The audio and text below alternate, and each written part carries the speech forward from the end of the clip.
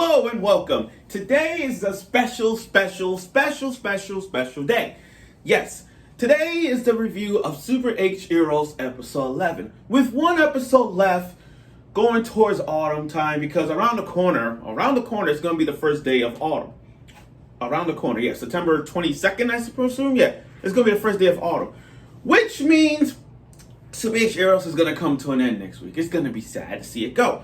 But besides that day, today is also a special day because not only I'm celebrating Rico's birthday from Love Live, Rico, Best Idol. Matter of fact, hold on, can I have that let me borrow this for a bit. See, Best Idol Rico. It's a special day on Friday because after 11 episodes, Sumi-chan is going to debut in Rent-A-Girlfriend. My best girl of Rent-A-Girlfriend, Sumi-chan. Now, and that's later on in the video. That's later on when Rent-A-Girlfriend comes out. But today, but still, I want to talk about Super HxEros episode 11, and later on it's gonna be Rent-A-Girlfriend. But let's get to Rent-A-Girlfriend. Let's get to Super HxEros review. Now, watching this episode,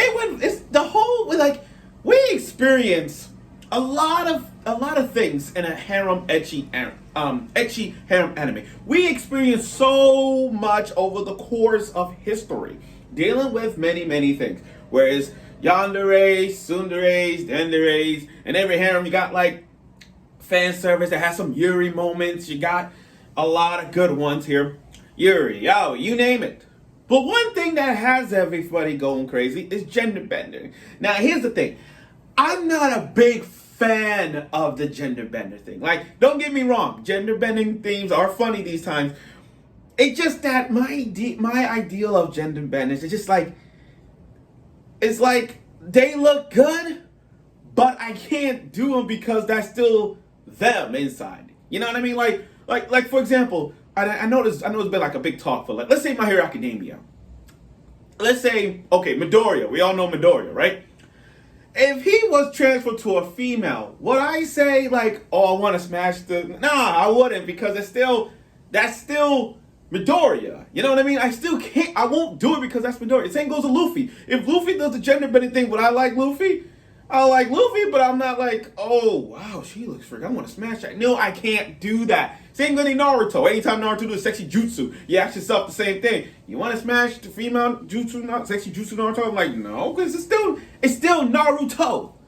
That's my point. But aside from that, that's what the first half of it is. Now, episode 11 says they'll disband the group, disband the HxEros, but I'm going to get to that. So it kicked things off with the villain. Like, it was the antagonist of the who's running for governor. Like, long, I say black, greenish hair, kind of like that. You know, she's going to disband the whole group. Now, besides the opening, it goes off with Reto taking down one of these alien monsters. But before she went down, she stuck the needle behind his back. And Cha-Cha, who's possessing the Ramba dog, explained to her that it takes your manhood away, and it literally transforms into a certain animal, and then running around in the surface. So it's like, so when he got stuck, it took the manhood of a weasel. The weasel came out of him, and it transformed him into a weasel. I mean, his manhood transformed to his weasel, the root of all things. And it's skirting around, and it's as he was running, his gender changes. Like, his hair gets a little longer. He's running differently. He went from this to like running like the girl, running like those high school girls that they're running late in the animes. But there's like this, hands are on the side, and his voice changes as well, and his body too. Now I'm looking at it. Now I'm looking at Reto, and I'm like, I know it's weird for me to say, but like I said, Reto looks good. I know it looks weird for me saying it, but she looks good. So I was like, wow. And so as he was chasing down the weasel, other girls did not recognize him. But his childhood friend know that she has a little sister. So it was nice to see the little sister debuting, because I didn't know he had a little sister. I was just watching it, and I just realized, like, little sister looks good. No doubt about it, she looks good. Now, we're going to push that aside, and it has some gender bending moments. Like, not only that, they went to the tub, and it was funny. It was funny to say. It was pretty funny. Like, in the tub, explaining their feelings towards that. So we got a lot of gender bending fan service going on. And about the weasel. So once the weasel went back inside, you know where of the woman's thing. I mean, the weasel went back inside. Poof. Poof. He went back to normal. Now that was the funny part of it. But the other half, but mostly the entire episode was disbanding the group. Because Reto's uncle got arrested. For something he didn't, for showing his exposure to a minor. And that allowed them to disband the group. And we all know his uncle's not like that. It's a lie. But the real reason why he got arrested is for the armor that he made, the battle suits. Remember in the opening of the show, you see them dressing up in their outfits. What he did was his uncle made their uniforms for them so that anytime they fight, their clothes don't get ripped off. I'm sorry, guys. So basically, the uncle just did that to get rid of the censor part for everything. Let's just say that. So, he got rid of all the uncensoredness. So that means he just built a battle suit for all fans who wants to see the uncensored fighting and their clothes get ripped off. We ain't getting that no more. The Morpher allows them to transform now. Actually transform. Which means you get to see them doing transformations. Like, in Power Rangers. Any Power Ranger series, you name Tom Force, Mystic Force, SPD, Ninja Storm, anywhere, you see them transform. So you get to see them transforming sometime around. As a matter of fact, we did get one this episode.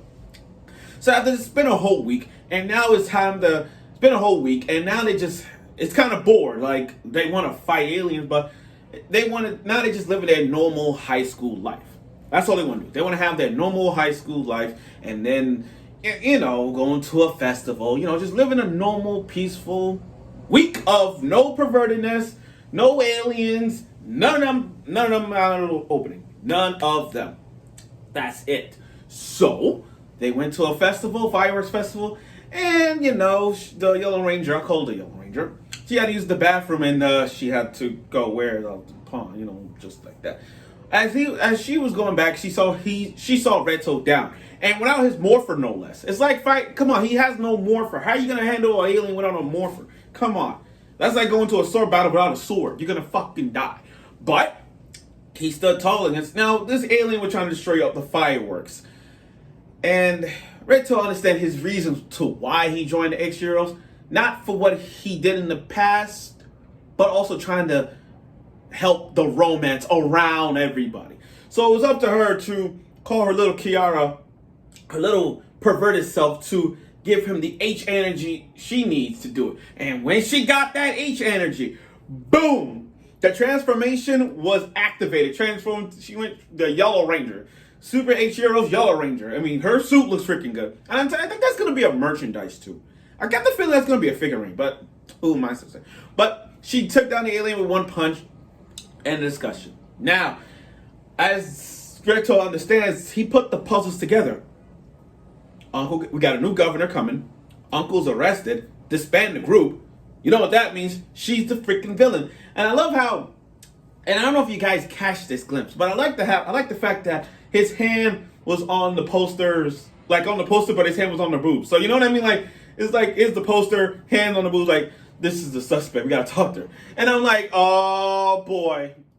Now, I know this is a thing going on, but I got this thing that, remember how Cha-Cha is?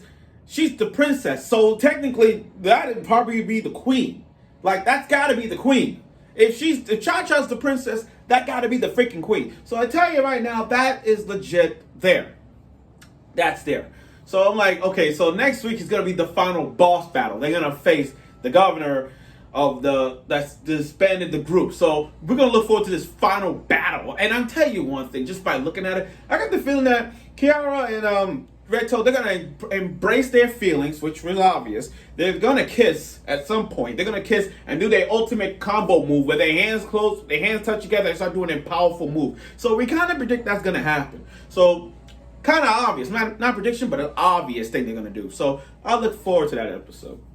So like I said, next week is going to be the last episode of Super HxEros. And this week is going to be great because of Sumi-chan's debut. So I'm looking forward to the review of Rent a Girlfriend. And I'm telling you right now, once I post this, hashtag Rent a Girlfriend, hashtag Sumi-chan, I'm telling you, y'all going to love it. So So I look forward to my review. You can follow me on Twitter. I finally got Twitter, so yeah, Twitter, Instagram, and on Facebook as well. And I look forward to doing my review of Rent a Girlfriend. But again, I look forward for next week's conclusion of Super HxEros, and I hope you will.